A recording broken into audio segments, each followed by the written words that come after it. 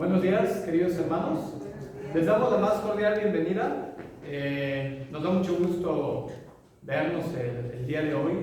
Y bueno, hoy en nuestro país se festeja el Día del Padre.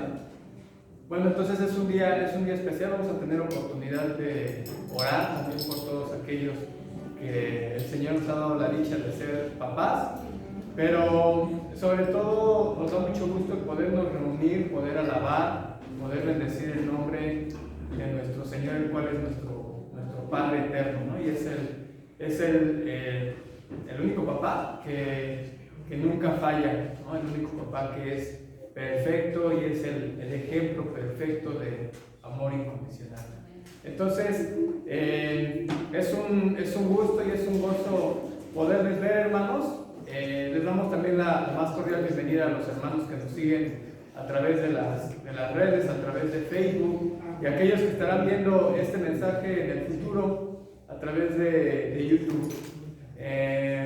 Vamos a comenzar, hermanos. Vamos a poner este tiempo en manos de nuestro Señor, que sea Él el que nos guíe, que ponga sabiduría en nosotros y pedirle también que Él abra nuestros corazones, hermanos, que Él abra nuestros oídos al mensaje de la palabra que ya nos tiene preparado el Señor el día de hoy, y que todas aquellas cosas, hermanos, que nosotros tengamos que cambiar, que mejorar, que el Señor nos hable a través de su palabra. Entonces, si gustas acompañarme, hermanos, vamos a orar, por favor. Señor y Padre nuestro, te damos gracias, Señor, por este día. Gracias, Señor, porque en ti hemos encontrado al perfecto Padre, el ejemplo perfecto, Señor, eres tú. Te alabamos, Señor, te bendecimos, te glorificamos, Señor. Queremos honrarte, Señor, solo a ti, porque tú eres grande, Señor, porque eres Dios. No únicamente, Señor, por las bendiciones que tú derramas día con día a nuestra vida, las cuales son incontables, así lo dice tu palabra, son innumerables, Señor, pero principalmente porque tú eres Dios y tú eres digno de toda adoración, de toda alabanza. Gracias, Señor, por proveernos de nuestro Señor Jesucristo, de ese sacrificio perfecto y de podernos dar ese regalo de salvación a través de Él, a través de su sacrificio, Señor.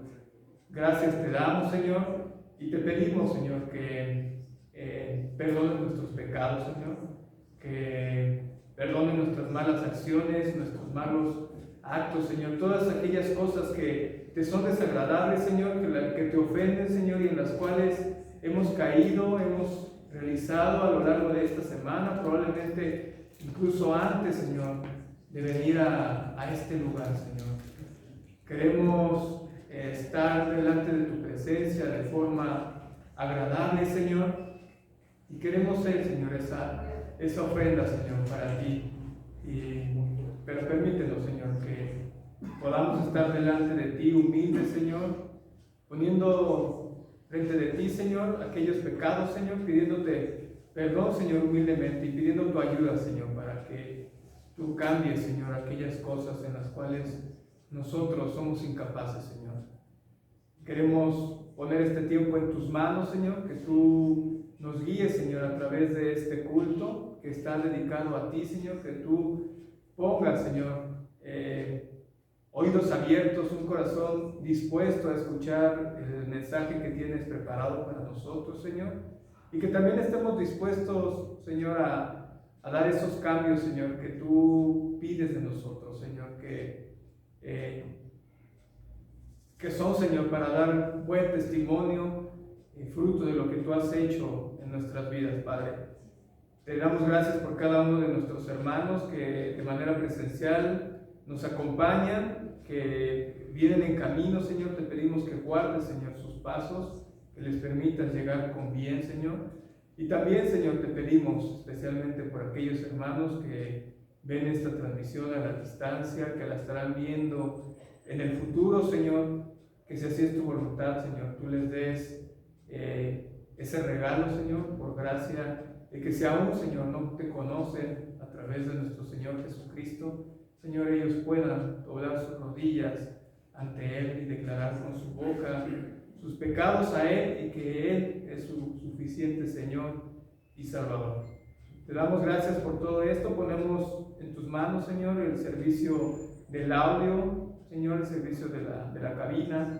Te pedimos, Señor, por nuestros hermanos que están en la recepción del templo, por el servicio de la alabanza, Señor, por la dirección del culto, por el hermano predicador que el día de hoy nos estará compartiendo, Señor, el mensaje de tu palabra. Y por supuesto te pedimos, Señor, por nuestro pastor, por la hermana Dama y su esposa, Señor, y por los diferentes servidores, Señor, los diáconos, Señor, ancianos y coordinadores de ministerio que trabajan, Señor, para ti en esta congregación, Señor. Todo esto, Padre, te lo pedimos en el nombre que es sobre todo nombre, en el nombre de tu Hijo, nuestro Señor y nuestro Salvador, Jesucristo. Amén. Bien, hermanos, vamos a preparar nuestros corazones para tener nuestro tiempo de alabanza. Te pido que me acompañes al libro de Crónicas. Vamos a ir a primero de Crónicas. Vamos a ir al capítulo número 16, por favor.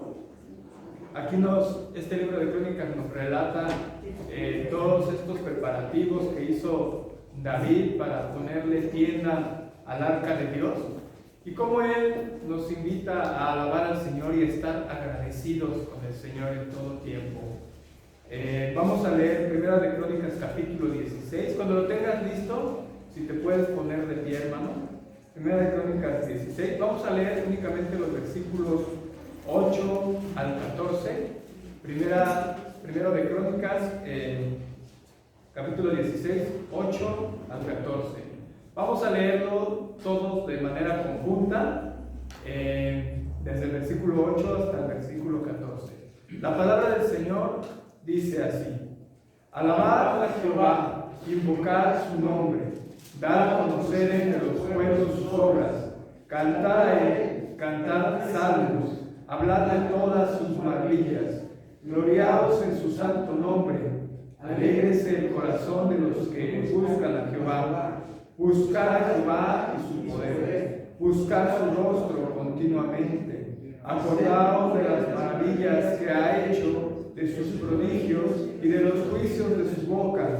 Vosotros, hijos de Israel, su siervo, hijos de Jacob, sus escogidos. Jehová, Él es nuestro Dios, sus juicios están en toda la tierra. Amén, hermanos. Vamos a cantar, vamos a alabar a nuestro Señor con todo nuestro corazón, hermanos.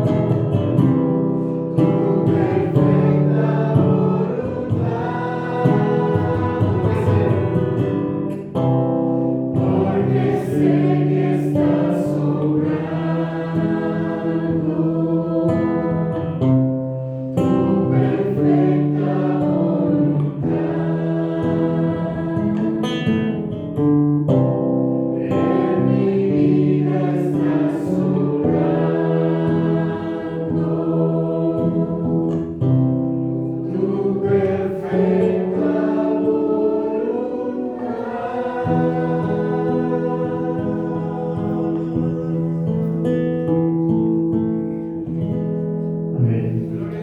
Gracias, Señor.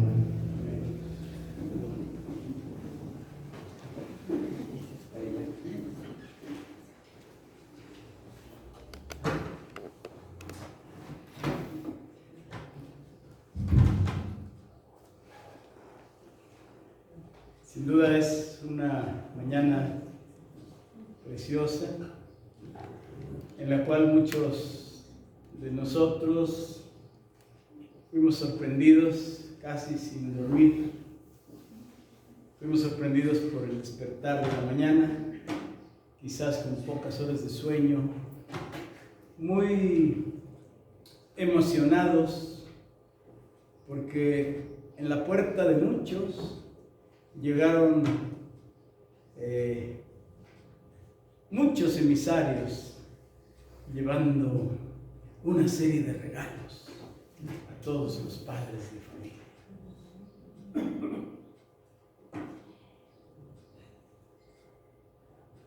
Así que con esta introducción saludo a todos ustedes en esta preciosa mañana y les doy reiteradamente la más cordial bienvenida a esta celebración al Padre Celestial. Y al mismo tiempo, que les doy la bienvenida a todos ustedes que de manera presencial ya están aquí desde temprana hora para alabar y para glorificar y para bendecir el nombre de nuestro buen Dios y Padre Celestial. También le doy a usted que nos sigue por las redes sociales, en cualquier lugar del mundo donde se encuentre. Le doy a usted un saludo de todo corazón y si usted es padre de familia, le envío también un abrazo no solamente de parte de nuestra amada Iglesia El Renuevo de la Ciudad de México, pero un abrazo de todo corazón, deseando que Dios siga bendiciendo su vida y que de manera muy particular el mensaje de la palabra de Dios en esta mañana llene sus corazones. Así es de que bienvenidos y bienvenidas todos y todas. Quisiera compartir con ustedes en esta mañana, por supuesto que es una ocasión especial, digamos, recordar a ustedes que en el Evangelio de San Lucas, en el capítulo 15, se encuentra una historia bien conocida.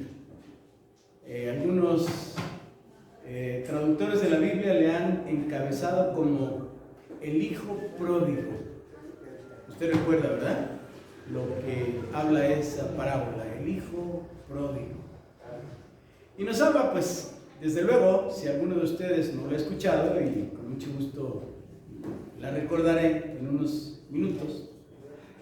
Recuerdo que el hijo pródigo estaba en una edad de la cual muchos de nosotros pasamos.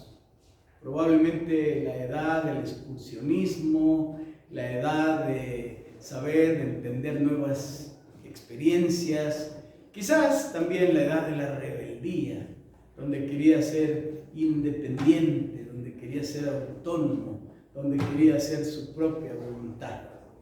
Así que le dijo a su padre, de manera inusual, le dijo a su padre: dame lo que me corresponde. La Biblia, desde luego, no dice que eran socios, no dice que tenían alguna empresa y el padre y el hijo eran accionistas. No. El hijo se refería a: dame la parte de la herencia que me corresponde.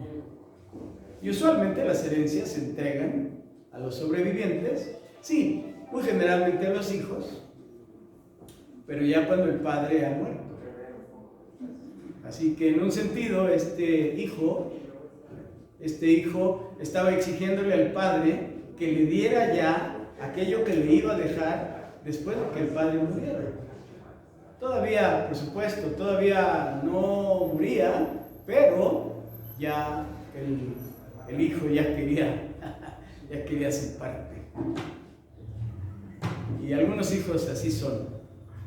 No solamente quieren su parte, sino que muchas veces hasta maltratan a sus padres, otras veces hasta los golpean. ¿Ha sabido usted de alguien así? Muchos deambulan por el mundo. Y finalmente el padre otorgó al hijo lo que él hubiera pensado que le iba a dar o a dejar cuando muriera. El hijo, por supuesto, lo recibió con mucha alegría y se fue por el mundo, de entonces a gastar lo que no le había costado trabajo ganar. Y cuando a una persona no le cuesta trabajo ganar lo que tiene, rapidito se le va, porque no le ha costado trabajo, no lo puede apreciar. Y ustedes recordarán la historia en San Lucas capítulo 15, dice que cuando se quedó sin nada, esto incluye a los amigos, a los malos amigos, que mientras usted tiene dinero, pues tiene amigos, y cuando ya no lo tiene, cuando está enfermo, cuando está en la cárcel, cuando está en necesidad, se esfuman los amigos. ¿Le ha pasado? ¿Sí? Y cuando este muchacho se vio sin nada, hambriento, sediento, probablemente maloliento, porque se metió a los corrales de los cerdos y miraba su comida de los cerdos con ansiedad para comerse las algarrobas que los cerdos comían. Pero en ese momento, dice la Biblia, que este muchacho recapacitó y recordó: en la casa de mi padre hay mucha comida. Mi padre tiene muchos siervos, tiene muchos trabajadores, y a todos ellos les da bien de comer, y yo aquí estoy padeciendo. Y seguramente Dios lo trajo al arrepentimiento, porque Dios es el único que puede poner el querer como el hacer en el corazón de los hombres por su buena voluntad. Y entonces dice la Biblia que el muchacho reconoció y dijo: he pecado contra el cielo y contra mi padre, y voy a regresar y voy a pedirle perdón. Pero no sabía el muchacho que todas las tardes el padre de familia salía para divisar a la lejanía, a ver si de casualidad el hijo volvería. ¿Usted ha conocido padres que añoran la vuelta del hijo? Aunque sea que lo vuelva a ver. Bueno, aunque sea una llamadita, o si no, ahora que ya hay mensajes de texto, aunque sea un texto que me mande. Porque muchos de los padres están olvidados el día de hoy de sus hijos. Muchos ya son invisibles. En sus casas los hijos y las hijas hacen sus proyectos, sus planes, sus asuntos, y el padre sentadito ahí en una silla, o en el mejor de los casos en algún sillón todo deteriorado. ¿Y yo? ¿Me van a llevar? No, tú no puedes caminar, no te puedes alterar, no puedes subir, no puedes bajar. Tú no puedes ir, mejor quédate aquí en la casa, con el gato, con el perro, o los perros. Ay, qué historias, ¿verdad? Pero son historias de la vida real. Todos los días suceden estas cosas alrededor del mundo.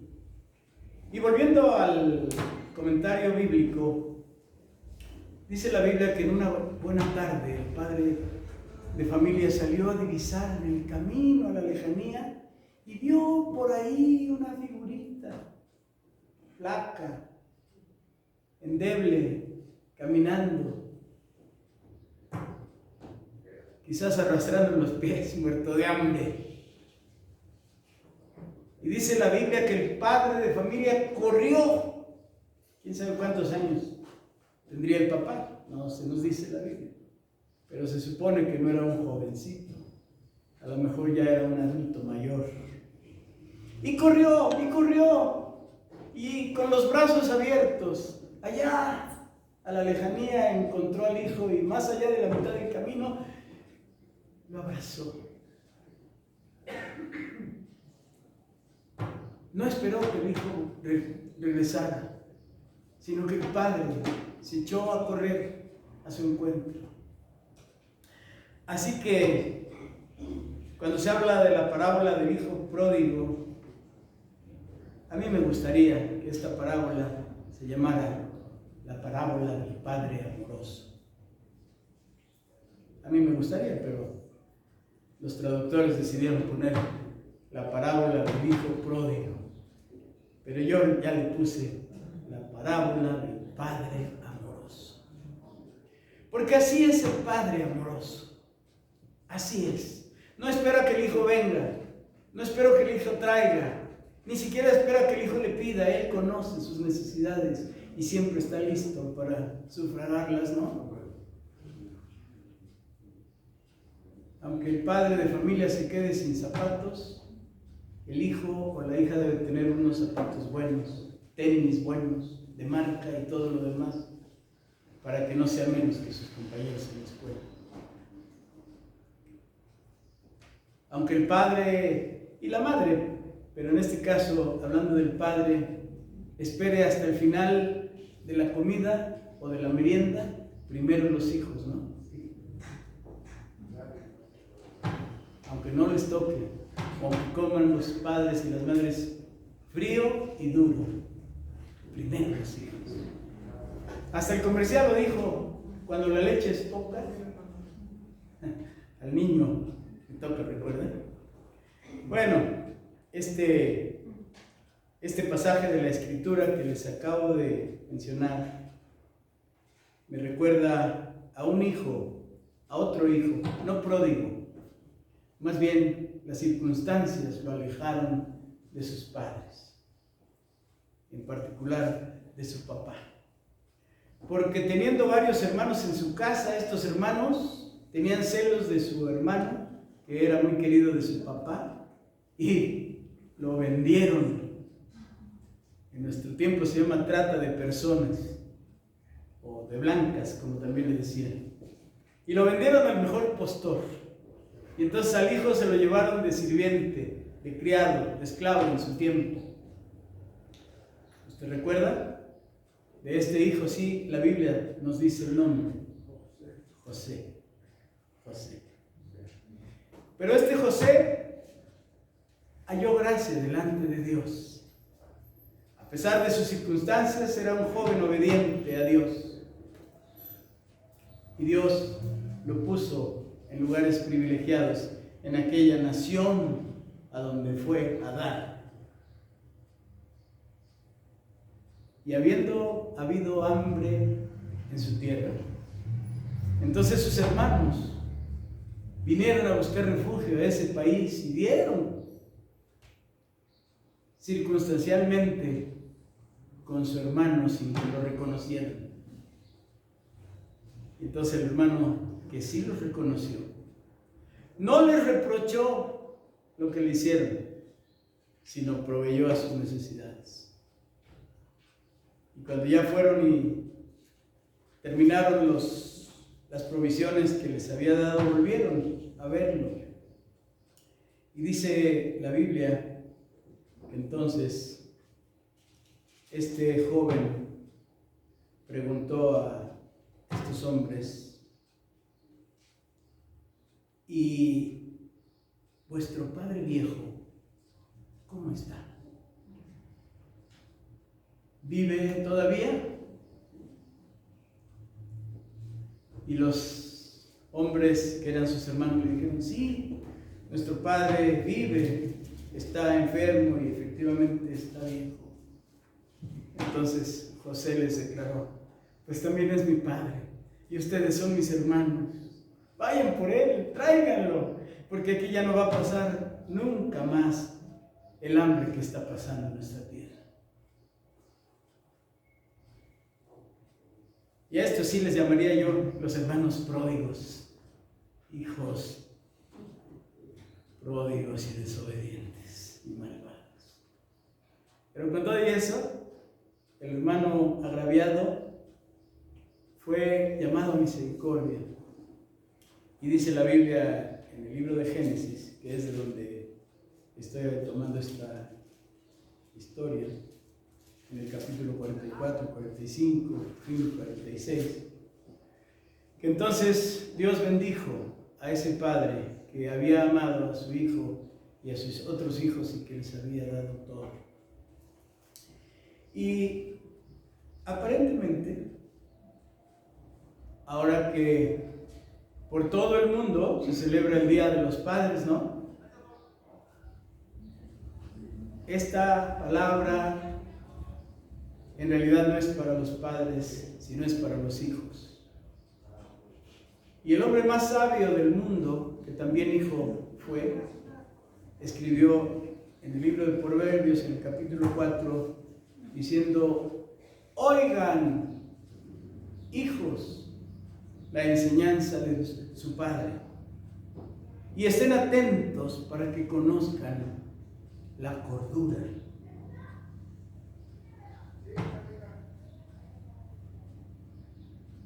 Oye, hijo mío, mis razones, y recibe mis consejos, y se te multiplicarán años de vida. Se te multiplicarán años de vida. Y yo diría a los hijos de manera contemporánea: no le digan a sus padres viejo.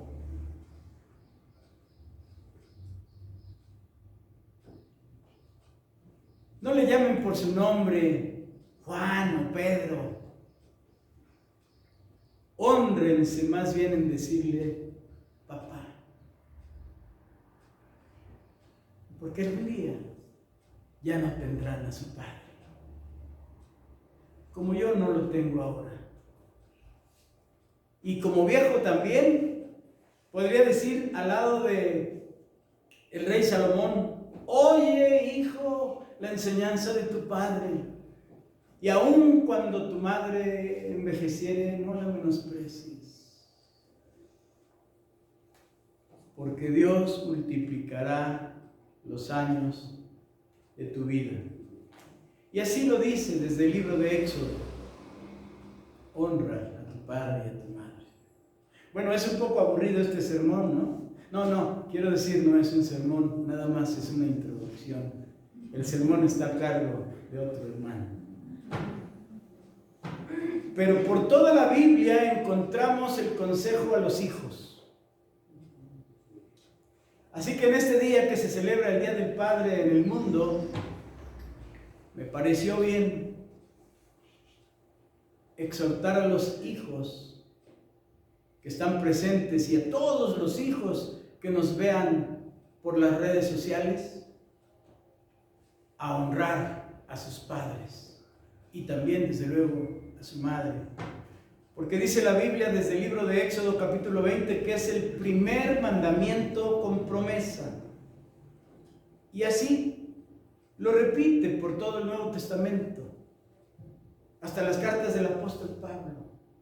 Honra a tu padre y a tu madre, porque es el primer mandamiento con promesa. Celebro que esta mañana en muchos hogares se hayan estacionado vehículos llevando regalos a todos los padres, emisarios, felices, o por lo menos uno que otro mensaje por WhatsApp. Pero el mejor regalo que los papás podemos recibir de parte de los hijos, cuando estos son niños, adolescentes y todavía jóvenes, es la obediencia. Y cuando ya son adultos y son independientes, es la honra. Honra a tu padre y honra a tu madre. Si ya no dependes de él, más bien no le menosprecies. Acuérdate que desde niño tu padre fue tu sustento. Te cargó en sus brazos, consoló tu llanto, limpió tus lágrimas. sació tu apetito, te cubrió del frío, te enseñó a caminar, a lavarte los dientes, a estudiar, a leer la Biblia, a orar. ¿Cuántas cosas? No le digas viejo, no lo menosprecies.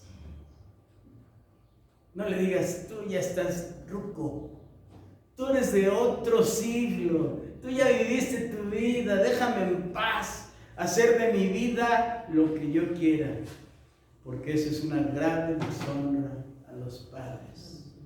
Y Dios no lo bendice y no aprueba esta actitud. Por eso es que quisiera honrar a los padres que están presentes en esta mañana y que vinieron los papás aquí al frente para que oremos a Dios por ellos y que desde allá de su asiento todos los hijos vengan a los pies del Padre Celestial y de manera sencilla, de manera humilde y de manera muy reconocida busquen honrar a sus padres el resto de los días de sus vidas. No cuando ya no esté, no cuando ya no viva, no cuando ya se haya muerto. Honrenlo ahora. Así que vengan los papás aquí al frente, por favor, ayuden a nuestro hermano Alejandro a llegar hasta acá también. Póngale una sillita al hermano Juan Pablo, póngale una sillita aquí al hermano Agustín, aquí al centro. Y vamos a honrarle. Va a pasar la silla. Muy bien. Qué bendición tener a padres jóvenes, a padres de mediana edad y también a padres de la tercera edad. Y para ustedes, amados hermanos, una palabra. No sé qué tan buenos o qué tan malos padres hayan sido lo mismo que yo. Pero creo que cada uno de ustedes hizo su mejor esfuerzo. Y en algunos casos lo está haciendo, porque todavía tiene hijos pequeños. Pero sí sé que Dios les dio esta facultad de ser padres. Sé que Dios les premió con el privilegio de engendrar. Y sé que ustedes recibieron a sus hijos en sus brazos y les han tenido hasta el día de hoy en los mismos.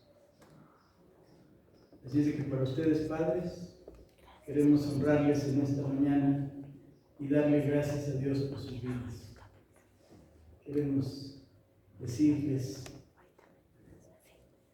Ricardo, José Miguel, Juan Pablo, Agustín, Alejandro, Pablo, Elías, Pepe, Gerardo, queremos decirles a ustedes que Dios les bendiga.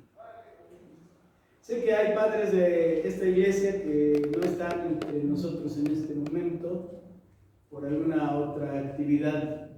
También reconocemos su paternidad y deseamos de todo corazón que Dios les siga bendiciendo. Así que para estos padres que representan a todos los padres de nuestra iglesia y también de nuestras iglesias, deseamos que Dios les bendiga. Así que oremos a Dios por ellos. Dios y Padre nuestro que estás en los cielos, te damos muchas gracias, Dios nuestro, en el nombre precioso y santo de nuestro Señor Jesucristo, porque tú has permitido, Señor, a estos hombres que están aquí al frente en esta mañana, concederles el privilegio de llegar a ser padres y tener entre sus brazos y sobre sus hombros el privilegio de tener hijos y la responsabilidad también de sostenerlos, de educarlos y de enseñarles tu palabra. Te damos muchas gracias, Dios nuestro, por todos ellos, porque han sido y son hombres obedientes a ti, que no han negado hacer frente a sus responsabilidades y que tampoco han negado el compartir de tu palabra a sus hijos. Pero te rogamos, Dios nuestro, que ahora, Señor, que es un día particular, es un día especial y que no dudo que muchos hijos podrán visitarlos, reunirse alrededor de ellos, quizás los que se encuentran lejos, enviarles un mensaje, unas palabras, ahora por los medios electrónicos, hasta un video. Señor, que todo ello llene el corazón de estos padres y que puedan, Señor, estar agradecidos a ti por el privilegio que tú les diste de llegar a ser papás en este mundo. Y te ruego, Dios nuestro, por los hijos. Algunos de nosotros incluso ya tenemos nietos.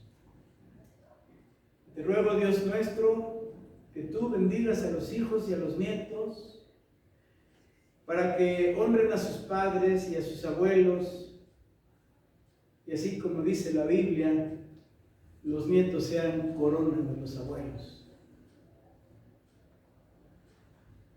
Pero sabemos, Señor, que está en manos de los papás poder encaminar a los hijos hacia una relación amorosa a sus abuelos. Por ello te rogamos, Señor, que ahora en este paso de la vida, tú les bendigas, Señor.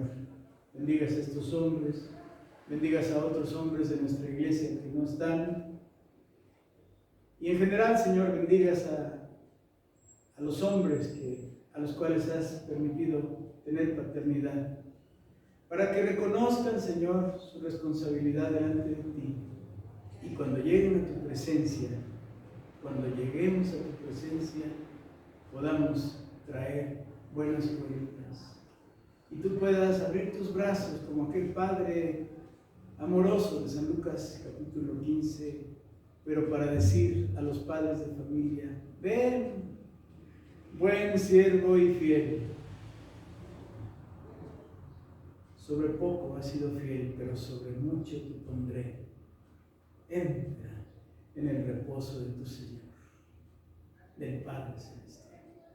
Así que, Dios nuestro, derrama bendiciones a las vidas de estos padres de familia, por amor a tu santo nombre. Por Cristo nuestro Salvador. Amén. Amén. Reciban un abrazo, queridos hermanos. Dios les bendiga mucho. Dios les siga usando y Dios les siga dando la gracia de seguir siendo padres en los días. Hasta luego, hermanos. Pasen las hermanas.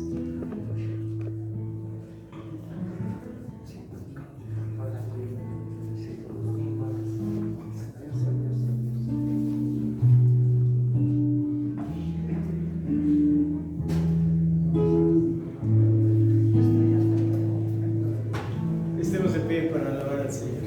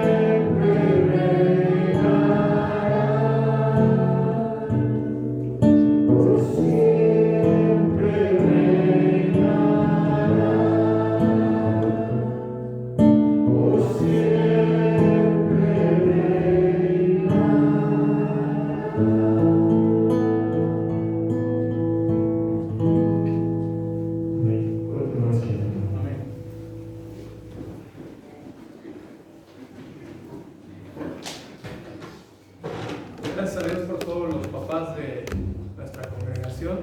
Pueden tomar su lugar, hermanos. Y gracias a Dios que le conocemos a Él, que nos ha permitido llegar a sus pies a través de nuestro Señor Jesucristo. Vamos a pasar al tiempo de la predicación.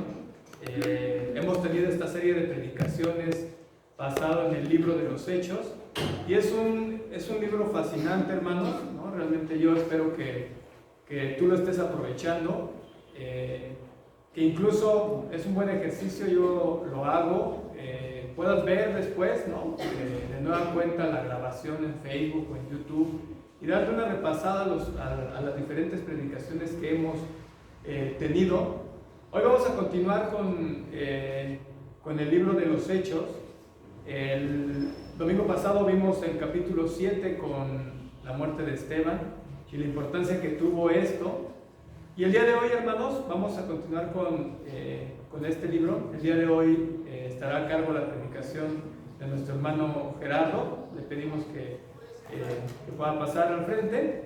Y te pido que, hermano, que vayas preparando tu corazón, que vayas preparando toda tu atención. Les pedimos también, hermanos, que no nos quitemos el cubrebocas durante este tiempo y que también si tienes o vas a recibir alguna llamada importante puedas poner tu teléfono en modo de vibración de tal manera en que no tengamos ninguna interrupción. Entonces, bueno, vamos a pasar a este tiempo y hermano Gerardo, si gustas pasar, por favor.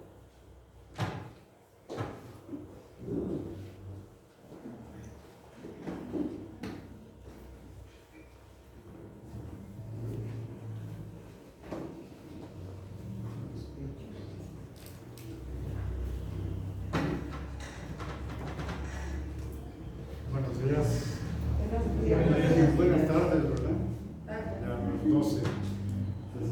Vamos a ir buscando en nuestras Biblias, Hechos capítulo 7, y vamos a leer a partir del...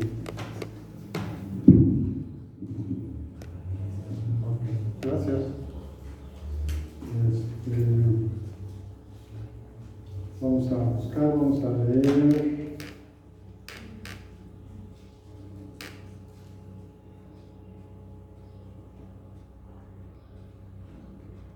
Hechos capítulo 7 y el versículo 54. Y vamos a hacer alternada la lectura. El 54, sé que ya lo estudiaron hace 8 días, pero nada más para tener el trasfondo de lo que se trata este pasaje, sobre todo los primeros 4 versículos del capítulo 8. Y vamos a hacer nuestra lectura alternada. Si me permiten, yo empiezo en el 54, ustedes en el 55, leemos después los 4 versículos de Hechos 8, también de manera alternada. Dice así la palabra de Dios: y al oír esto se sintieron profundamente ofendidos y crujían los dientes contra él. Pero Esteban, lleno del Espíritu Santo, puesto los ojos en el cielo, vio la gloria de Dios y a Jesús que estaba a la diestra de Dios. Y dijo: veo los cielos abiertos y al Hijo del Hombre de pie a la diestra de Dios. Entonces ellos, dando grandes voces, se taparon los oídos y arremetieron contra él. Echándolo fuera de la ciudad, comenzaron a apedrearlo, y los testigos pusieron sus mantos a los pies de un joven llamado Saulo. Y apedrearon a Esteban, mientras él invocaba y decía: Señor Jesús, recibe mi espíritu. Cayendo de rodillas, clamó en voz alta: Señor, no les tomes en cuenta este pecado. Habiendo dicho esto, durmió. Y Saulo consentía en su muerte.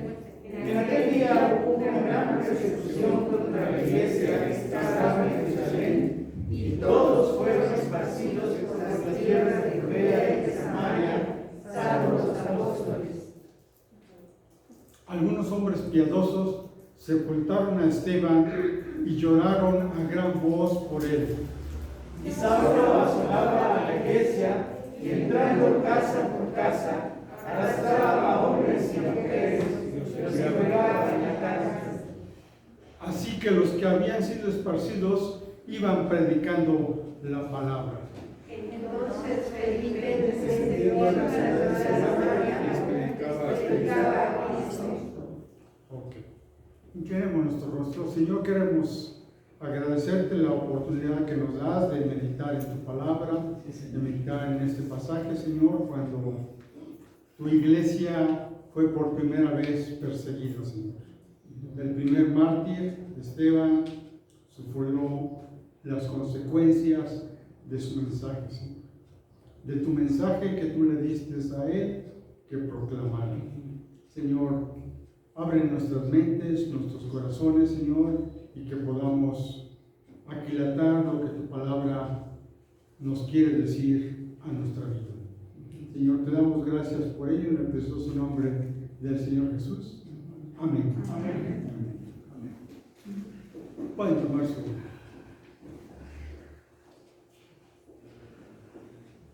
El martirio de Esteban creó una crisis en la historia de la iglesia. Al leer Hechos, encontramos que a partir de este momento, Jerusalén ya no es el centro de interés. Y si nos damos cuenta, casi desaparece de la narración que venía desarrollando Lucas. Jerusalén era propio de una economía antigua y pasada, sujetarse a un centro geográfico y depender de símbolos materiales. Pero ahora lo local, lo temporal, lo material, tiene poca importancia en la iglesia de Dios. Lo universal, lo eterno, lo espiritual, son la esencia, son lo fundamental en la iglesia de Dios. La iglesia avanza ahora por un camino victorioso, independiente de Jerusalén. Esa es la revelación sobresaliente del libro de los Hechos de los Apóstoles. Pero el gran movimiento espiritual, independiente de Jerusalén, iba adelante. Obviamente, sin menospreciar a Jerusalén, sin olvidar a Jerusalén, ni tampoco descuidar su historia, ni su contribución a la historia del pueblo judío. El mensaje de Esteban era la última invitación de Dios para Israel. Si Israel la rechazaba, Dios se iba a volver a otro lugar o a otros lugares para establecer su iglesia. La tremenda tragedia es que Israel sí rechazó el mensaje. Israel mató a Esteban e inició una feroz persecución contra la iglesia, intentando destruirla por completo. Sin embargo, Dios se impuso sobre esto y utilizó la persecución para dispersar la iglesia por todo el mundo, tal y como el Señor Jesús se los había enseñado a sus discípulos. En Hechos 1:8 dice: pero recibirán poder cuando el Espíritu Santo venga sobre ustedes y serán mis testigos en Jerusalén, en toda Judea y Samaria y hasta los confines de la tierra. El asunto a destacar es Esteban, que incluye su mensaje, incluye su martirio, es lo que Dios usó para diseminar la gran verdad del Evangelio alrededor del mundo. Los creyentes fueron esparcidos por todo el mundo por la gran persecución. Vamos a ver 4 puntos, uno de cada versículo del capítulo 8, del 1 al 4. El primer tema es la furia de la persecución. Hechos capítulo 8, versículo 1. Ya lo leímos. Permítanme compartirle con ustedes la nueva versión de la Biblia de las Américas. y Saulo estaba de completo acuerdo con ellos en su muerte. Ya vimos que en la muerte de Esteban. En aquel día se desató una gran persecución en contra de la iglesia en Jerusalén, y todos fueron esparcidos por las regiones de Judea y Samaria, excepto los apóstoles. Saulo, el perseguidor de la iglesia. La furia de la persecución. Veamos 4 hechos relevantes. Un hombre enardecido. Saulo de Tarso da inicio a la persecución. Saulo, un nativo de la ciudad de Tarso en Cilicia, como se nos dice más adelante en Hechos capítulo 9, versículo 11. Pudo haber asistido a la sinagoga en Jerusalén, donde Esteban participaba de una discusión con los del antiguo orden, el judaísmo. Hechos 6, 9 nos dice: pero algunos de la sinagoga, llamada de los libertos, incluyendo tanto cirineos como alejandrinos y algunos de Cilicia y de Asia, se levantaron y discutían con Esteban. Aquí está el punto de algunos de Cilicia que nos puede dar la probabilidad de que Pablo estaba en esa sinagoga cuando Esteban estaba discutiendo con el judaísmo.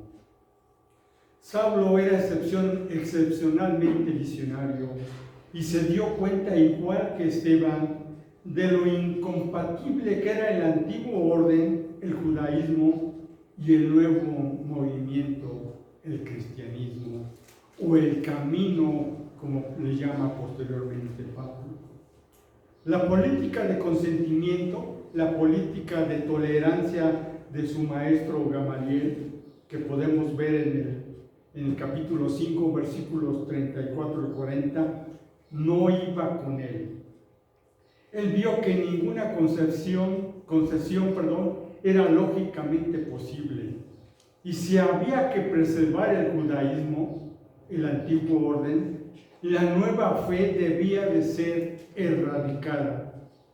Por tanto, él expresó su aprobación en la sentencia de muerte de Esteban, tan públicamente como le fue posible, guardando las ropas de los verdugos, una acción que no olvidaría, y 20 años después lo recuerda cuando está en Jerusalén, cuando le regresan a llevar la ofrenda a la iglesia y lo arrestan.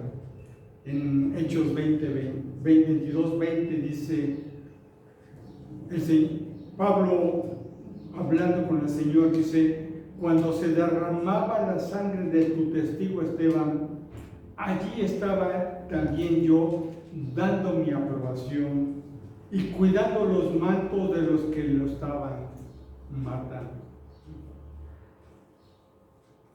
La palabra consentía o aprobaba significa dar plena aceptación, aprobar gustosamente, aprobar con placer, deleitarse en lo que se estaba haciendo. En pocas palabras, aplaudir lo que se estaba haciendo. Y en este caso era el asesinato de Esteban. Saulo estaba totalmente complacido con la muerte de Esteban. Se había estado acumulando en él una furia enardecida contra la iglesia, porque él creía que predicar a Cristo amenazaba su religión, el judaísmo. Saulo fue el líder de la persecución a la iglesia que más odio sentía hacia ella. Aparentemente era un líder entre los fanáticos religiosos. Pablo, escribiendo a las iglesias de la provincia de Galacia, les dice en Gálatas 1:13: porque ustedes han oído acerca de mi antigua manera de vivir en el judaísmo, de cuán desmedidamente perseguía yo a la iglesia de Dios y trataba de destruirla. Pablo dice: yo aventajaba en el judaísmo a muchos de mis compatriotas contemporáneos, mostrando mucho más celo por las tradiciones de mis antepasados. La persecución se inicia rápidamente el mismo día de la muerte de Esteban. La frase "en aquel día" significa en aquel mismo día. Su muerte era la señal para una persecución inmediata contra la iglesia en Jerusalén. Saulo quería actuar rápidamente para destruir a la iglesia. Amenazaron a los creyentes y obviamente estos se dieron a la fuga. Él tenía que actuar inmediatamente para capturarlos antes de que pudieran escapar. La persecución se inició con furia y violencia. Veamos la frase "una gran persecución". La idea es que Saulo acosó, persiguió y capturó a los creyentes acaloradamente. Él estaba determinado a emplear la violencia, estaba resuelto a acabar con la iglesia. Los creyentes laicos fueron esparcidos por las tierras de Judea y de Samaria. Lucas nos dice que los apóstoles se quedaron en una persecución. En una persecución, los primeros que caen presos, ¿quiénes son? Los dirigentes, los líderes. Este no fue el caso en la persecución contra la iglesia. Los apóstoles permanecieron en Jerusalén para dar ánimo a los creyentes que se quedaron, como a los que fueron esparcidos, como a los que fueron arrestados y metidos en la cárcel. Los apóstoles se quedaron y probablemente por el consejo de Gamaliel, las autoridades les habían otorgado alguna libertad. Probablemente, como los discípulos eran considerados en alta estima por la mayoría del pueblo, en otras ocasiones las autoridades no los arrestaron temiendo que eso causara una revuelta en el pueblo. Y si causaba una revuelta en el pueblo, ya lo habíamos visto, generalmente iban a venir los romanos, iban a aplacar la revuelta, pero les iban a quitar los privilegios a los miembros del Sanedrín. Los apóstoles eran hombres valientes y habían aprendido a esperar las instrucciones del Señor. Tal vez ellos estaban enfrentando la tormenta hasta que el Señor les dijera lo contrario. De algo sí podemos estar seguros. Si los apóstoles hubieran huido de Jerusalén, no hubiera habido ninguna persona que estabilizara a la iglesia, ningún líder que la mantuviera unida. La única iglesia organizada que existía era la iglesia en Jerusalén. Los creyentes, algunos presos y otros esparcidos, necesitaban una iglesia a la cual mirar. Si los apóstoles hubieran huido, la iglesia en Jerusalén hubiera sido completamente destruida. No habría iglesia, no habría un lugar donde se pudiera buscar ayuda y dirección. Los apóstoles eran el centro, eran el foco de atención. Los primeros creyentes miraban hacia ellos en busca de dirección, en busca de opinión. Para los creyentes primitivos, los apóstoles eran necesarios, pero tremendamente necesarios. La iglesia de Jerusalén era la única iglesia que los creyentes conocían. Por eso era importante que los apóstoles permanecieran. fundamentalmente para que se conociera la lealtad y la disponibilidad de la iglesia. Al quedarse en Jerusalén, ellos mantuvieron unida a la iglesia. Los creyentes, sin importar hacia dónde fueran dispersados, sabían que la iglesia aún existía mediante estos valerosos líderes. Punto número 2. Hombres piadosos sepultaron a Esteban. Hechos 8:2 dice: algunos hombres piadosos sepultaron a Esteban y lloraron a gran voz por él. Hombres piadosos sepultaron y lloraron a Esteban. El adjetivo piadosos se aplicaba por regla general a los judíos devotos. No podemos estar seguros si Lucas se refiere a cristianos de origen judío o a judíos piadosos, devotos, que desaprobaron la injusticia cometida. El lenguaje que se utiliza para hacer referencia al duelo que se hizo por la muerte de Esteban sugiere expresiones de dolor muy sonoras y profundas.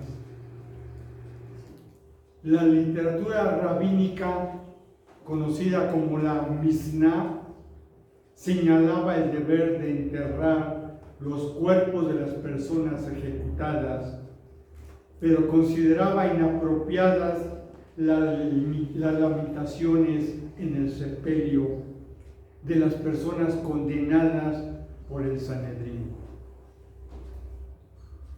Si los protagonistas de este duelo eran cristianos, esto indicaría que Esteban era sin duda una persona muy amada por la iglesia. Si se describe a judíos no cristianos, la muestra de luto manifestaría lo mucho que algunos judíos lamentaron lo que había sucedido. Sean cuales sean los motivos, es reconfortante ver que en una cultura que les daba un gran valor a las sepulturas, el primer mártir cristiano fue sepultado de una manera honrosa. Esteban, de todos modos, recibió el último tributo de hombres piadosos, hombres que claramente desaprobaban su condena y su ejecución. Ellos estaban profundamente afectados con su muerte y hacían gran llanto sobre él. Fijémonos cómo Dios usa el funeral de Esteban para continuar con su testimonio. Su testimonio fue honrado públicamente. Murió lo que pudiera llamarse como un héroe. Punto número 3. La iglesia fue severamente perseguida. Hechos capítulo 8, versículo 3 dice: pero Saulo hacía estragos en la iglesia, entrando de casa en casa y arrastrando a hombres y mujeres, los echaba en la cárcel. El primer emisario en la persecución fue Saulo de Tarso, que ahora estaba ejerciendo una acción más efectiva contra el nuevo movimiento de la que había mostrado en la lapidación de Esteban. Respaldado con la autoridad de los principales sacerdotes del Sanedrín, acosó a la iglesia, arrestando a miembros en sus propias casas y enviándolos a prisión. Los dos primeros versículos del capítulo 9 nos dicen: Saulo, respirando todavía amenazas y muerte contra los discípulos del Señor, fue al sumo sacerdote y le pidió cartas para las sinagogas de Damasco, para que si encontraba algunos que pertenecían al camino, tanto hombres como mujeres, los pudiera llevar atados a Jerusalén. Años después, cuando Saulo, posteriormente Pablo, estaba presentando su defensa ante el rey Agripa, le dice: esto es precisamente lo que hice en Jerusalén. No solo encerré en cárceles a muchos de los santos con la autoridad recibida de los principales sacerdotes, sino que también cuando eran condenados a muerte, yo añadía mi voto. La Reina Valera tradujo: Saulo asolaba la iglesia. La Nueva Versión de las Américas dice: Saulo hacía estragos en la iglesia. El verbo en el original expresa la imagen de una bestia destrozando a pedazos un cuerpo muerto. En sus cartas a las iglesias de Galacia, Pablo mismo dice que él intentó destruir, devastar, desaparecer la iglesia. Usó un término militar, el cual significa el asalto a una ciudad sitiada. En el siguiente versículo, en el 13 de Gálatas 1:13 dice: porque ustedes han oído acerca de mi antigua manera de vivir en el judaísmo, de cuán desmedidamente perseguía yo a la iglesia de Dios y trataba de destruir. Era muy celoso de las tradiciones ancestrales de su nación. En Gálatas 1:14 dice: yo aventajaba en el judaísmo a muchos de mis compatriotas contemporáneos, mostrando mucho más celos por las tradiciones de mis antepasados. Es decir, era un fanático religioso que veía que la nueva fe amenazaba las antiguas tradiciones. Su fanatismo lo hacía odiar y perseguir a los que no pensaban igual que él. Era necesario tomar medidas drásticas. Esta gente no eran solamente entusiastas desviados y una sincera aceptación del error lo llevaría a una corrección paciente, tolerante. No, para Pablo eran impostores proclamando que Dios había resucitado de la tumba como Señor y Mesías a un hombre cuya forma de morir era más que suficiente para mostrar que la maldición divina había caído sobre él.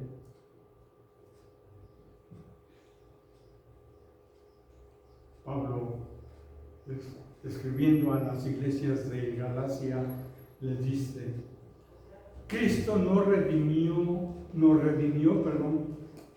de la maldición de la ley, habiéndose hecho maldición por nosotros, porque escrito está: maldito todo el que cuelga de madera. Cuando Pedro y los apóstoles respondieron al concilio, muy al inicio, en Hechos 5:30 y 31, y les dice: el Dios de nuestros padres resucitó a Jesús, a quienes ustedes mataron y colgaron en una cruz. El 31 dice: a él Dios lo exaltó a su diestra como príncipe y salvador, para dar arrepentimiento a Israel y perdón de pecados. La apreciación de Pablo es clara, que estaba en lo correcto, pero no había considerado de que ese había sido el plan de Dios para que pudiéramos ser salvos. Ellos lo tomaban como una herejía. pero eso es lo que Dios había dispuesto para que tuviéramos salvación. Notemos dos situaciones. La primera, la misericordia y la gracia de Dios se mostraron plenamente en la vida de Saulo. La misericordia y la gracia de Dios está al alcance de todos nosotros, sin importar cuán terrible haya sido nuestro pecado. Hay esperanza, hay perdón y una gloriosa oportunidad para todos nosotros, independientemente de quién somos o lo que hayamos hecho. Si nos arrepentimos y rendimos nuestra vida al Señor Jesús para seguirle y obedecerle. Pablo tenía clarísimo que había recibido misericordia y gracia de parte de Dios. Cuando le escribe a la iglesia en Corintio, le dice: porque yo soy el más insignificante de los apóstoles, que no soy digno de ser llamado apóstol, pues perseguí a la iglesia de Dios. Pero por la gracia de Dios soy lo que soy, y su gracia para conmigo no resultó vana. Antes bien he trabajado mucho más que todos ellos, aunque no yo, dice Pablo, sino la gracia de Dios en mí. En su primera carta a Timoteo le escribe: aún habiendo sido yo antes blasfemo, perseguidor y agresor, sin embargo se me mostró misericordia, porque lo hice por ignorancia en mi incredulidad. Pero la gracia de nuestro Señor Jesús, fue más que abundante, con la fe y el amor que se hallan en Cristo Jesús. La segunda situación es acerca de preguntarnos lo que aquellos niños, hijos de los padres cristianos perseguidos, ¿qué habrán sentido cuando tuvieron que abandonar sus casas huyendo atemorizados, o vieron que sus padres eran arrastrados a la cárcel? Las preguntas que surgen son: ¿qué ha sucedido con el Cristo victorioso y el poder de su resurrección? ¿Por qué permanece Dios distante mientras ellos sufren? Al menos eso pensamos. Nada más se me ocurre. Cuando estamos pasando por adversidades, cuando estamos pasando por tribulaciones. El libro de los Hechos sigue revelándonos su enseñanza sobre el sufrimiento a medida que avanza su narración. Dios no está distante, de hecho, siente como propio el dolor que Saulo les está causando. Cuando el Señor Jesús derriba a Saulo camino a Damasco y le pregunta: Saulo, Saulo, ¿por qué me persigues? El Señor Jesús nos dice: Saulo, Saulo, ¿por qué los persigues? Les está diciendo implícitamente a Saulo el Señor: lo que le estás haciendo a ellos, me lo estás haciendo a mí. Eso nos enseña que cuando estamos en tribulación, en adversidad, Dios lo sabe y se compadece de nosotros. Dios no está distante, Dios está cercano. En ese pasaje, en el versículo 5, Pablo pregunta: ¿quién eres, Señor? preguntó Samuel. El Señor respondió: yo soy Jesús a quien tú persigues. Explícitamente el Señor Jesús le está diciendo a Pablo: lo que tú le estás haciendo a ellos, me lo estás haciendo a mí. De momento Lucas nos da un destello de la victoria que Dios sacará de esta aparente tragedia. Esto nos lleva al siguiente versículo, el versículo 4, el punto 4. Los creyentes laicos fueron dispersados, Hechos 8:4. Así que los que habían sido esparcidos iban predicando la palabra. Los creyentes laicos, los que no tenían un cargo o no habían tenido la preparación con el Señor Jesús, los que habían sido esparcidos, fueron a todos los lugares predicando a Cristo. Como afirma un comentarista, Everett Harrison, aquellos cristianos eran más misioneros que refugiados. Notemos dos aspectos significativos. Los creyentes fueron esparcidos. Harrison señala que Lucas podía haber utilizado el término general para expresar una dispersión, pero prefirió utilizar una palabra que significa esparcir, como se esparcen las semillas al sembrar sobre el campo. Esta palabra está ligada a la diáspora judía. Es posible que Lucas entienda que se está produciendo una nueva dispersión. Dios está usando lo malo del mundo para esparcir a sus seguidores y a su mensaje por todo el mundo. Observemos que los creyentes esparcidos no se escondieron en un silencio temeroso. Ellos predicaron la palabra donde quiera que fueran. Con la sabiduría que da la experiencia, Lucas ve una gran trascendencia en estos acontecimientos. De hecho, cuando menciona la primera predicación del Evangelio a los gentiles fuera de Palestina, dice que quienes llevaban a cabo esta tarea eran los que habían sido esparcidos a causa de la persecución que sobrevino después de la muerte de Esteban. Llegaron hasta Fenicia, Chipre y Antioquía, no hablando palabra a nadie, sino solo a los judíos. Hechos 11:19.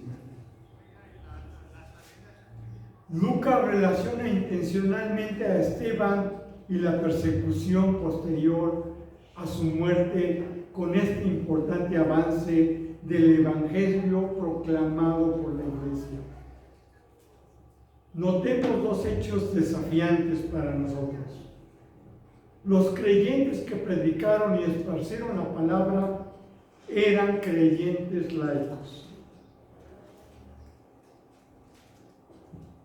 Eso quiere decir que la responsabilidad mayor de compartir el Evangelio, ¿de quién cree que es?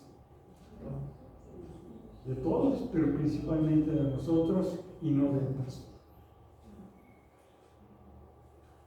Entonces que el pastor hace su evangelismo, pero la responsabilidad principal para compartir es de nosotros.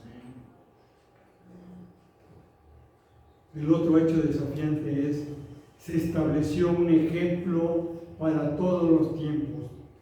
La mayor parte de la predicación y el testimonio debían llevarle a cabo los creyentes laicos.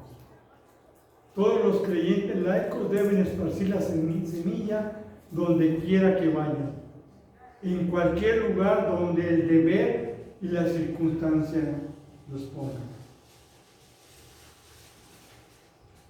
Creo que esta iglesia ha sido bendecida porque ha habido muchos hermanos que por cuestiones de trabajo vienen aquí, se les prepara y después también por cuestiones de trabajo tienen que irse a otro lado. Y su responsabilidad de ellos es llevar el evangelio. Los últimos, que yo tenga conocimiento, fueron Abel y Carmen. Ellos tuvieron que salir de la iglesia por cuestiones de trabajo. Dice el versículo 20 de Hechos 11: pero había algunos de ellos, hombres de Chipre y de Cirene, los cuales al llegar a Antioquía hablaban también a los griegos, predicando el evangelio del Señor Jesús. El extraordinario propósito de la persecución es esparcir el evangelio. No hay duda de que Lucas tenía razón para darle notoriedad a Esteban en Hechos. El pasaje que estamos meditando nos muestra cómo hacían frente a la persecución Esteban y la primera iglesia o primeras iglesias. El sufrimiento es también una de las principales enseñanzas del libro de los Hechos. Es pues razonable deducir que Lucas describe el sufrimiento de Esteban y de la iglesia y su forma de afrontarlo para que todos sus lectores, y eso nos incluye a nosotros, saquemos lecciones y principios al respecto.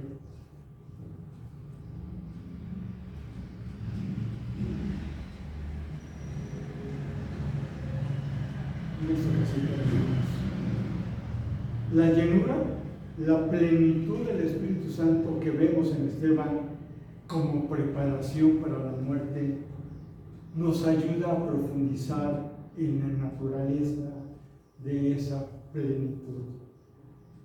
En Hechos 7:55 leímos: pero Esteban, lleno del Espíritu Santo, fijó los ojos en el cielo, vio la gloria de Dios y a Jesús de pie a la diestra de Dios.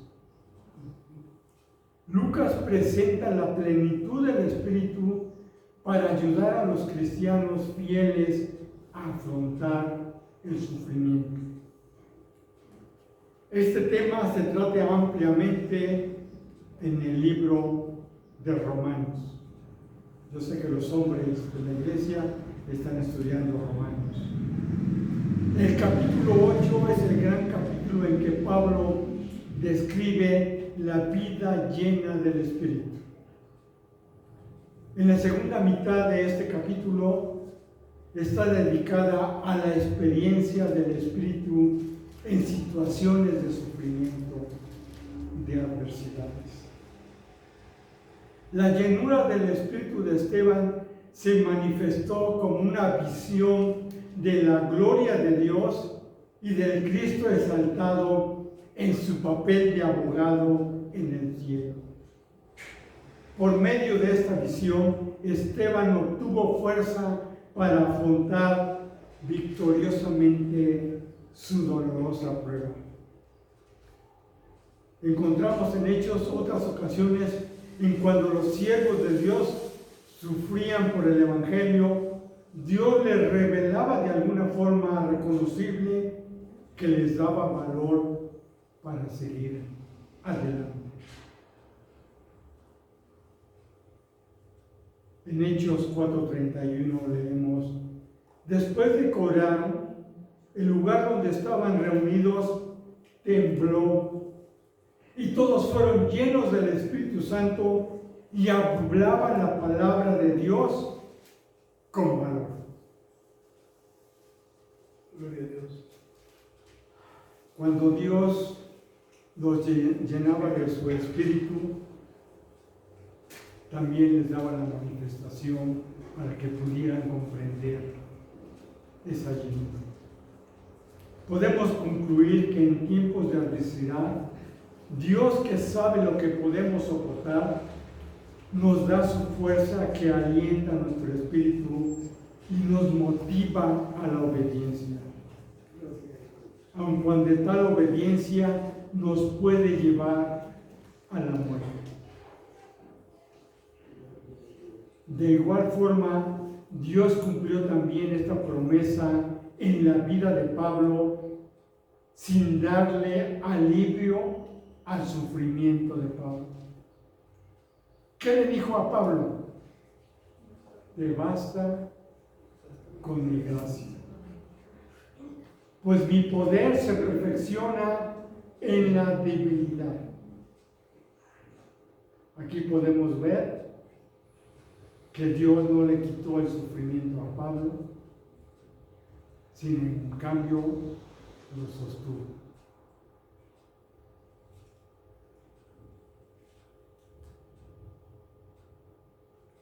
Y esa es la manera como Dios nos sostiene. No importa las adversidades, no importa las tribulaciones, Dios conoce lo que podemos soportar.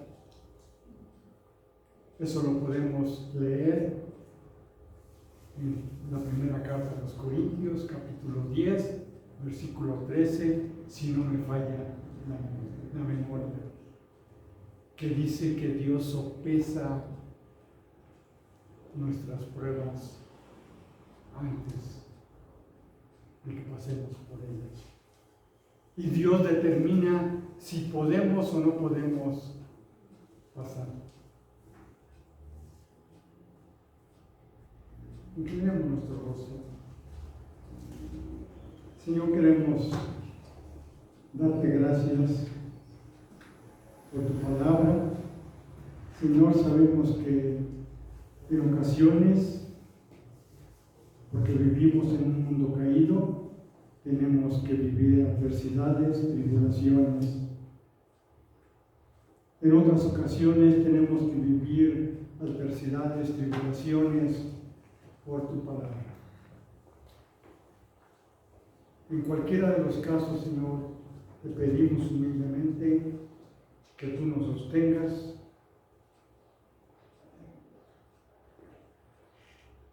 tú nos edifiques y tú nos des valor para estar a la altura de la prueba que habremos de pasar. Señor, y que no olvidemos cuando estemos en la adversidad que tú estás con nosotros, que tú nos cuidas y nos sostienes. Te pedimos esto en el precioso nombre de nuestro Señor Jesús. Amén. Amén.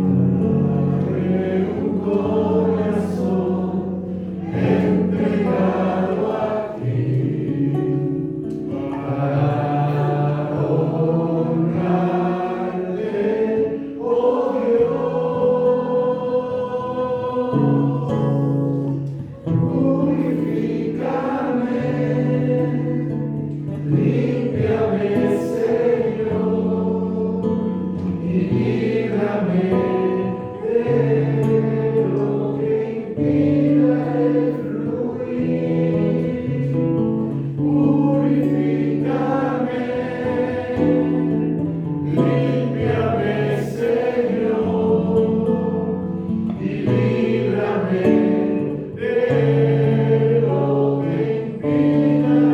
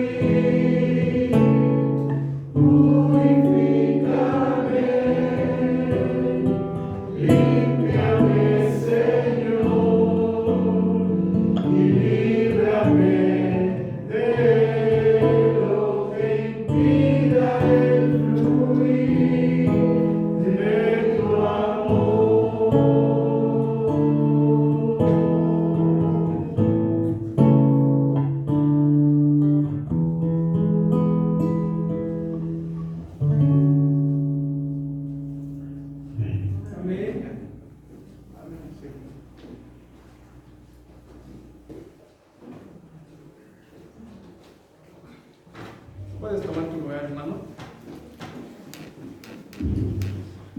Vamos a pasar al tiempo de las ofrendas. Definitivamente que nuestro Señor es fiel y Él nos sostiene, como nos lo decía el hermano Gerardo. Y cuántas veces el Señor nos ha sostenido, incluso sin esperarlo, hermanos, ¿no? Hemos tenido alguna serie de testimonios en domingos pasados, pero seguramente tú tienes algunos también, hermano, ¿no? Estoy completamente seguro que cada uno de nosotros el Señor nos ha sorprendido con su misericordia, a veces de maneras inesperadas, podemos decir que de maneras ilógicas, ¿no? En donde de repente tenemos testimonios de hermanos que han perdido trabajo o se quedaron sin dinero por alguna razón y están al borde de la desesperación, ¿no? Por la provisión de comida, de algún tipo de sustento, y el Señor milagrosamente ha provisto, hermanos. Antes de pasar el tiempo de las ofrendas, quisiera compartirte un versículo que es en el mismo libro de Primera de Crónicas. Te decía, el rey David hace este salmo cuando ponen esta tienda para el arca de Dios, y él hace esta invitación a que estemos siempre agradecidos al Señor, y no solamente con nuestra boca adorarle, sino que más adelante, ¿no? Vamos ahorita a volver a leer este capítulo 16 que leímos cuando iniciamos el servicio, pero unos versículos más adelante el rey David dice esto. Primero de Crónicas, en el capítulo 16, en los versículos 28 y 29 dice esto: tributad a Jehová, familias de los pueblos, dad a Jehová gloria y poder, dar a Jehová la honra debida a su nombre, traer ofrenda y venid delante de él, postraos delante de Jehová en la hermosura de la santidad. Vamos a poner este tiempo de ofrendas y las ofrendas que se han de recolectar en manos de nuestro Señor, hermanos. Te pido que me acompañes en oración, por favor. Señor y Padre nuestro, te damos gracias, Señor, porque nos da, Señor, no solamente el sustento material, Señor, sino que acabamos, Señor, de escuchar tu bendita palabra, Señor. Nos has provisto, Señor, de tu mensaje, Señor, y realmente nuestros corazones, Señor, son saciados de tener, Señor, esperanza en ti, de saber que tú nos sostienes, Señor, aún en medio de las dificultades, aún en los tiempos más oscuros que podamos tener en nuestra vida, Señor, tú estás ahí. Señor, te damos gracias porque incluso, Señor, antes de conocerte, tú ya estabas cuidándonos, Señor. Tú ya nos habías sostenido, Señor, porque, Señor, tú ya nos tenías en tu mirada amorosa, Señor, y tierna llegar a ti, Señor. Te damos gracias, Señor, por el sustento que tú das a nuestras vidas, Señor, en todos los aspectos. Pero, Señor, queremos ser agradecidos a ti, Señor, y queremos honrarte, Señor, aún también con nuestras ofrendas, Señor, con las primicias, Señor, de aquellas bendiciones que tú has derramado a través de este mes, Señor, a través de esta semana, Señor, a través incluso de este día, Señor. Permítenos tener siempre un corazón agradecido, Señor, que no sea un pesar, Señor, que no sea algo doloroso para nosotros, sino que por el contrario, de manera gustosa, con ese corazón agradecido y dadivoso a ti, Señor, cada uno de los que estamos aquí, siempre, Señor, estemos dispuestos a adorarte, aún con nuestras ofrendas materiales, Señor. Te pedimos, Señor, que tú multipliques, Señor, las ofrendas que se van a reunir, Señor, que ellas sean usadas sabiamente, Señor, en las necesidades de tu iglesia, Señor, pero especialmente en la expansión del mensaje de salvación, Señor. Las ponemos en tus manos, en el nombre de nuestro Señor Jesucristo. Amén. Amén. Adelante, hermanos.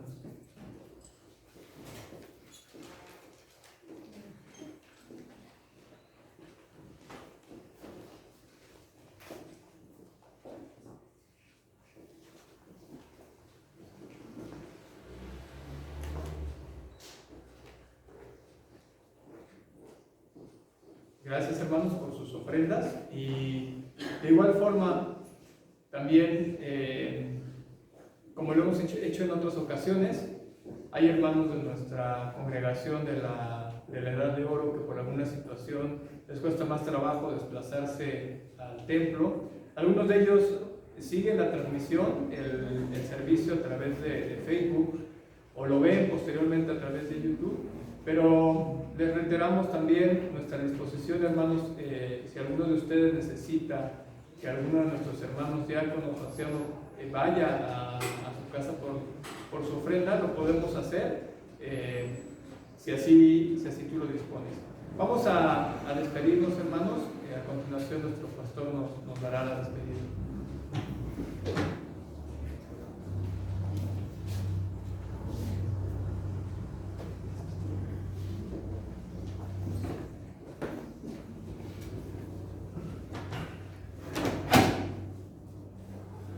Sin duda que no hay tiempo que no se llegue. Y algunos tiempos son muy alegres cuando llegan y otros pues nos entristecen, como en este que ya nos vamos. Pero al despertarnos, les pido que llevemos en nuestra mente y en nuestro corazón el mensaje de la palabra de hoy. Efectivamente, la iglesia primitiva fue dispersada. Seguramente había muchas angustias, como lo acotó nuestro hermano Gerardo Vázquez en su exposición. Los niños y las familias habrán sufrido, ancianos también. Pero dice la Biblia que los que fueron esparcidos predicaban con denuedo la palabra de Dios, y el Señor seguía añadiendo a su iglesia los que habían de ser salvos. Y deseamos con todo nuestro corazón que esta semana cada uno de nosotros podamos compartir el Evangelio a personas que estén cercanos. No importa quiénes sean, si son amigos o enemigos, si son vecinos o desconocidos. No importa quiénes sean, pero donde estemos y donde estén, allí hablemosle de la preciosa esperanza que hay en Cristo Jesús. Es el tiempo, porque recuerden, no hay tiempo que no se llegue. Un día ya no va a haber oportunidad de predicar el Evangelio. Aprovechemos entonces este tiempo que Dios nos da. Que la gracia de nuestro Señor Jesucristo, el gran amor de nuestro buen Dios, el Padre Celestial, y la dirección de su Santo y bendito Espíritu les acompañe sea la provisión de cada uno de ustedes, el gran consolador y el poder que llene su vida con denuedo para compartir el Evangelio de nuestro Señor Jesucristo a toda criatura. Dios les bendiga y les acompañe.